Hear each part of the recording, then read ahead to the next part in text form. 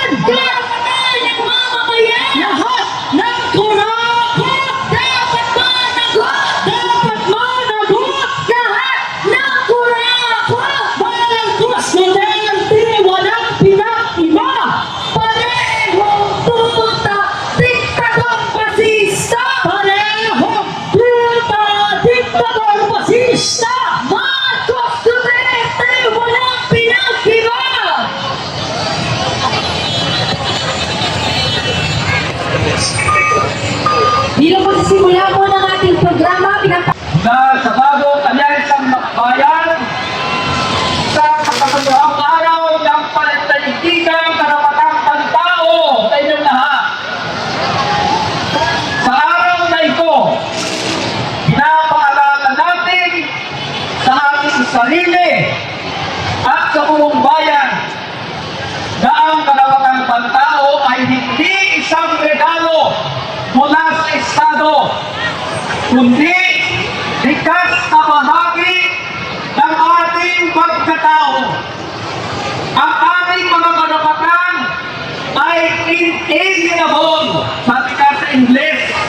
Ibig sabihin, bahagi natin, hindi pwedeng sagkaan, hindi pwedeng bawasan o alisin dito man. Kaya gano'n na lang tayo kasidhi sa pagtatanggol at pagtabang para sa ating mga karapatan. Kasama sa mga karapatan ito, ang isang mahalaga, ngunit madalas ay kinakatakot na banggitin, ang karapatan nating mamamayan na maghipagsik kapag ang Estado mismo ang tumalabag sa ating karapatan. Kapag ang gobyerno dapat naglilingkod sa atin ay siya mismo nagpapahirap sa atin. Nagnanakaw ng bilyon-bilyon sa kaban ng bayan. Sumasakal sa ating kalayaan at dinadahas ang sino mang kumakalapag para sa katotohanan at katarungan. Hindi ba tungkulin natin na manindigan at umaklas kapag ang aming mga karapatan ay pinapaliwala, kapag ang ating dignidad ay tinatapakan, at kapag ang mga institusyon ay ginagamit bilang sandakan ng iilan laban sa karamihan, ang pinakamataas na tungkulin ng mamamayan ay lumaban, ipagtanggol ng sarili, ang bayan, ang kinabukasan natin at ng ating mga anak. Logos education. Malinaw sa ating kasaysayan, karapatan at tungkulin natin na ibagsak ang tumang mapanupil, kurap at marahas na gobyerno. Hindi po ito paghahasik ng kabuluhan. Hindi po ito paninira lamang. Ito ay pagwawasto ng mga kamalian sa lipunan. Ito ay pagbago ng taman ng sambayanan. Ang paglaban sa tiranya ay bahagi ng lahat ng mga kumpay na pakikibaka para sa pambansang kalayaan at demokrasya mula sa himagsikan ng 1896 hanggang sa mga pag-aansang EDSA at sa lahat ng laban na isinusulong natin para baguhin ang bulok na sistema. At ngayon, muli tayong parating sa panahon ng himagsikan. Ready na ba kayo? Handa na ba kayong umaklas? Sa harap ng talamak na bandarambong sa kaban ng bayan, malaganang nakarahasan ang pang-aabuso at hayagang pagyurak sa ating mga karapatan ng kasalukuyang gobyerno. Malinaw ang panawagan ng panahon. Wakasan na ang rehimeng U.S. Marcos! Watansikin si Bongbong at si Sara! Ang panawagan para alisin sa pwesto ang mga Marcos at Duterte ay hindi kapritsyo. Ito ay makatarungan, makatwiran, at nakaugat sa ating karapatan bilang sambayanan. Bahagi ito ng ating pagsisikap na itayo ang isang gobyernong malinis, demokratiko, makatao, at may totoong paggalang sa karapatan ng bawat Pilipino. Isang gobyerno ng taong bayan, hindi ng iilan lamang. Mga kasama, mga kababayan, ito ang tunay ng diwa ng Human Rights Day taon. Ang pagpapaalala na wala tayong ibang sandigan, kundi ang sama-sama nating pagkilos para makamit ang ating mga karapatan. Kapag ang Estado ang lumalabas sa ating karapatan, tayong mamamayan ang huling sandata ng demokrasya. Kaya magpakatasan tayo, magkaisa tumilos para sa karapatang pagtao, maghanda, magkaisa at makibaka para sa pambansang demokrasya. Mabuhay ang ating pakikibaka, mabuhay ang sambayanang Pilipino. Ngayon naman mga kababayan, kasama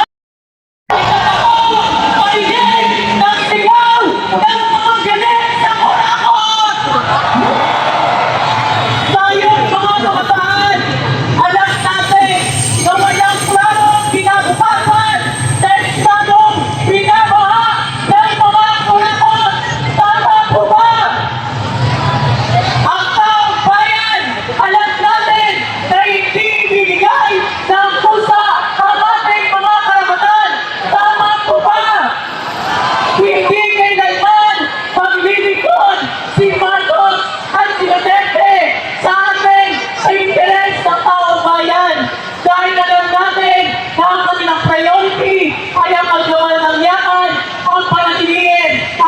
sarili sa pwesto.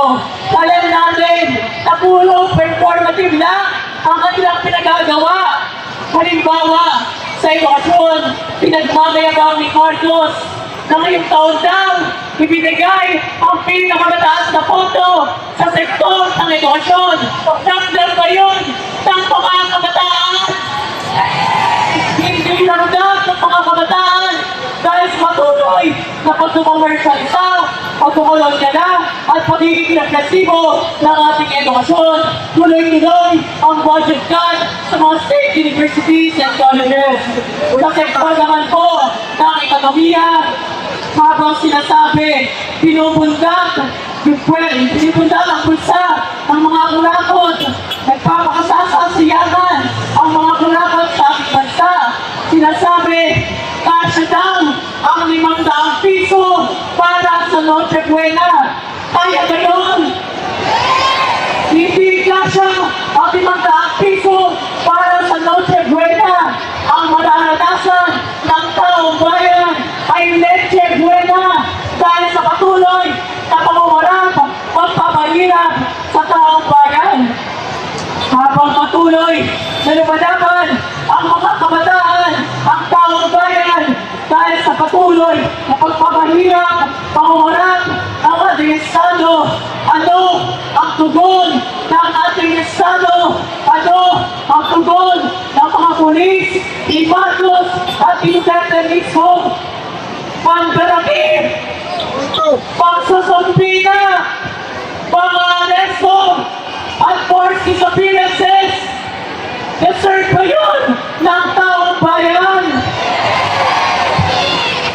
Sa ganitong sistema ng lipunan, hindi bibigyan ng lupa ang mga magsasaka, hindi bibigyan ng mataas na sahod ang mga manggagawa, paparating ang budget sa edukasyon, hindi pagsisilbihan ang mga mamamayan. Sa ganitong sistema ng lipunan, ang ating paglaban ay hindi na lang tungkulin. Ito ay karapatan na dapat natin pinaglalaban. Tama po ba? Kaya naman, ang ating laban para panagutin ang mga kurakot ay isang karapatan. Karapatan din natin mapatalsikin ang isin sa pwesto paglaman ng isang lipunan na tunay na malaya sa lahat ng kurakot. Kaya naman, mga kabataan, mga kababayan, sama-sama po tayo pagpatuloy ang laban kontra korupsyon, pagpatuloy ang laban upang panagutin ang lahat ng kurakot, sumama sa laban para sa pambansang demokrasya. Mga kabataan, pag-aralan ang lipunan, tumungo sa layunan at pagsilbihan ang sambayanan, paglikuran ang lipunan.